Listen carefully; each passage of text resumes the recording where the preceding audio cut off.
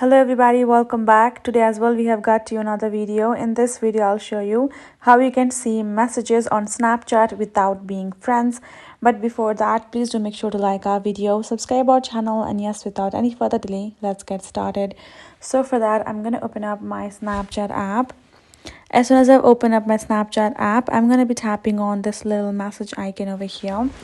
Then from over here, I'm going to go to this add a friend section and I'm going to search in a ID or a username.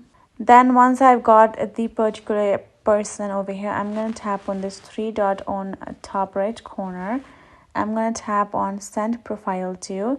As soon as I do that, and I'm going to again search up the user that I have simply wanted to send the message to and choose that person, tap on send, and I'm going to tap on done, go back over here, and I'm going to find the person chat over here. Now I can write down whatever I want.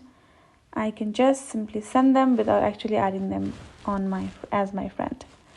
That's how you can do it. Hope this video helped. Thank you so much for watching, and I'll see you guys in our next video.